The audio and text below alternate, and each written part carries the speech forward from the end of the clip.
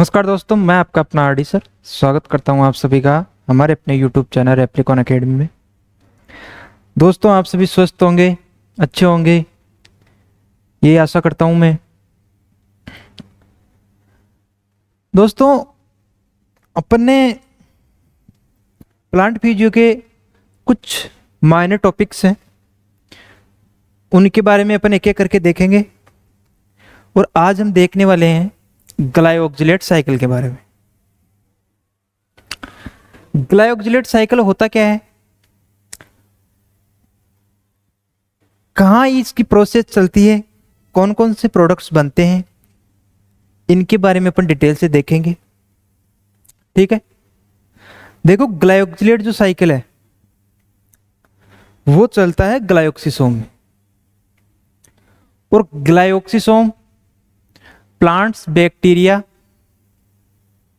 Fungi, ये बहुत सारे इन्वर्टिब्रेट्स में प्रेजेंट होता है। एनिमल्स में ये एब्सेंट होता है। इसका काम क्या होता है ये समझना आप।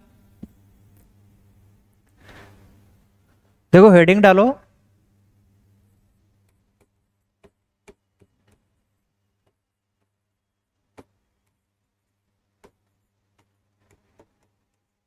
ग्लाइओक्सिलेट साइकिल। ग्लाइओक्सिलेट जो साइकिल है वो क्या करता है, वो फैट से ग्लूकोज का फॉर्मेशन कराने का काम करता है।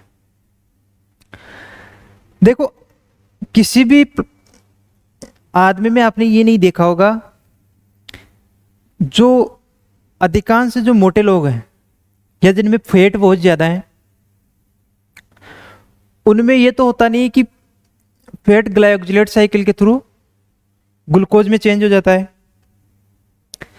अगर ऐसा होता तो अगर ग्लाइओक्सिलेट या ग्लाइओक्सिसोम ह्यूमन बॉडी में प्रेजेंट होता तो फैट को अपन थोड़े दिन खाना नहीं खाते, फिर फैट यूज करता बॉडी अपनी एनर्जी के लिए, और वो जाता बीटा ऑक्सीडेशन के थ्रू एसिटाइल कोएंजाइम ए में।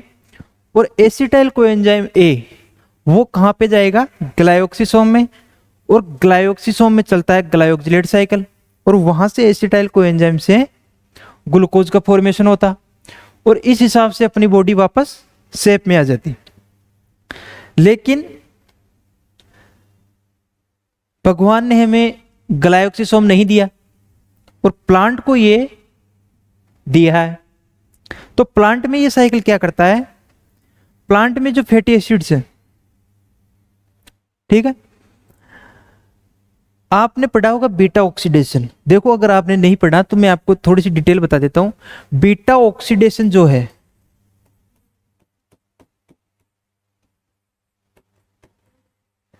वो क्या करता है, इस प्रोसेस में जो फैटी एसिड्स हैं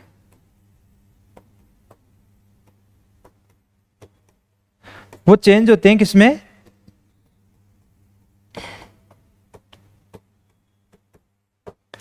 एसिटाइल कोएंजाइम ए में। ठीक है, देखो एसिटाइल कोएंजाइम ए है, ये अब कहां जाएगा, ये जाता है ग्लाइओक्सिसोम में।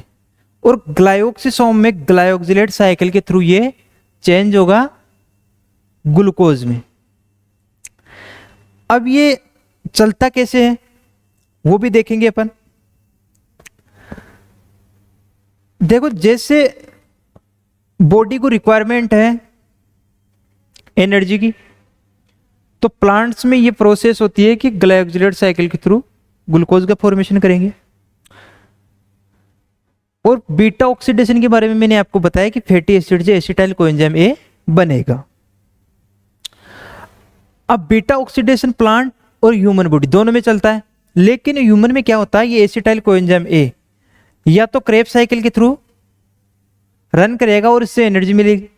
ठीक है, क्रेब्स साइकिल किससे स्टार्ट होता है, एसिटाइल कोएंजाइम ए से, और एसिटाइल कोएंजाइम ए बनता है लिंक रिएक्शन में। ठीक है, लेकिन प्लांट में क्या होता है, देखो प्लांट में एसिटाइल कोएंजाइम ए है वो जाएगा कहाँ पे, ग्लाइकोक्सिसोम में, और वहां पे ग्लाइकोजिलेट साइकिल के थ्रू इससे बन जाएगा ग्लूकोज। ठीक है, इसका सीधा सा सिंपल सा आंसर ये है कि इस ग्लाइकोजिलेट साइकिल में 4 कार्बन से 6 कार्बन का मॉलिक्यूल बनता है। वो कैसे बनता है, चलो देखते हैं। देखो ये है ग्लाइकोजिलेट साइकिल। अपन ने बात कर ली थी एसिटाइल कोएंजाइम ए की। एसिटाइल कोएंजाइम ए और ऑक्जेलो एसिटिक एसिड, ये आपने पढ़ा होगा क्रेब्स साइकिल में। ठीक है, एसिटाइल कोएंजाइम ए और ऑक्जेलो एसिटिक एसिड जैसे ही सिट्रेट में चेंज होंगे, तो अपन ने पढ़ा था कि सिट्रेट बनता है क्रेब्स साइकिल में, और इसलिए क्रेब्स साइकिल को बोल देते हैं अपन सिट्रिक एसिड साइकिल। लेकिन आगे जो प्रोसेस है वो ग्लाइकोजिलेट साइकिल में डिफरेंट है। ठीक है, यहां एसिटाइल कोएंजाइम में ऑक्जेलोसक्सिनिक एसिड सिट्रेट सिंथेज के थ्रू सिट्रेट का फॉर्मेशन करेंगे। ठीक, सिट्रेट को आइसोसिट्रेट में चेंज करेगा कौन, आइसोमरेज एंजाइम। ठीक है, अब देखो ट्विस्ट कहां पे है इसमें। आइसोसिट्रेट जब बनेगा तो आइसोसिट्रेट लाइट एंजाइम क्या करेगा, आइसोसिट्रेट को चेंज करेगा सक्सिनेट और ग्लाइकोजिलेट में। ठीक है, सक्सिनेट और ग्लाइकोजिलेट, सक्सिनेट के बारे में अपन बाद में बात करेंगे, पहले अपन देखते हैं ग्लाइकोजिलेट का क्या होगा। अब देखो 4 कार्बन का मॉलिक्यूल और 2 कार्बन का, ये कितने वे, जब 6 कार्बन का मॉलिक्यूल बना था तो अपने पास सिट्रेट, फिर आइसोसिट्रेट। अब आइसोसिट्रेट, सक्सिनेट और ग्लाइकोजिलेट, 4 कार्बन का मॉलिक्यूल बन गया अपने पास सक्सिनेट, और ग्लाइकोजिलेट बन गया कितने का, 2 कार्बन का मॉलिक्यूल। अब 2 कार्बन का मॉलिक्यूल ग्लाइकोजिलेट एसिटाइल कोएंजाइम ए का यूज करके मेलेट सिंथेज एंजाइम की प्रेजेंस में किसका फॉर्मेशन करेगा, मेलेट का। ठीक है, तो 2 कार्बन ग्लाइकोजिलेट के हो गए, 2 एसिटाइल कोएंजाइम ए के हो गए, तो 4 कार्बन का एक मॉलिक्यूल बनता है अपने पास मेलेट। ठीक है, अब मेलेट जो है, मेलेट आगे का किस में जाएगा, मेलेट डिहाइड्रोजनेज एंजाइम की प्रेजेंस में NADH से एक अपने पास NAD प्लस से NADH का फॉर्मेशन होगा, और ये चेंज हो जाएगा वापस ऑक्जेलो एसिटिक एसिड में, और ये सर्किल रिसाइकल होता रहेगा।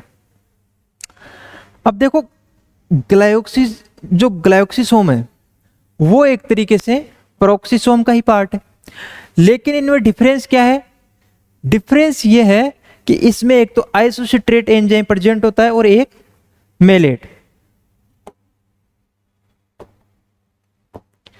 ये जो एंजाइम है,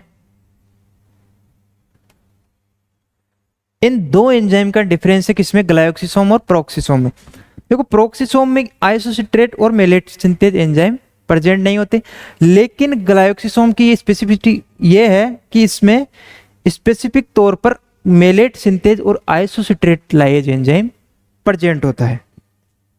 ठीक है, अब देखो ग्लाइकोजिलेट जो है साइकिल, उसका मेन इंपॉर्टेंट रोल क्या हुआ कि प्लांट में ये फैट से ग्लूकोज का फॉर्मेशन करेगा, और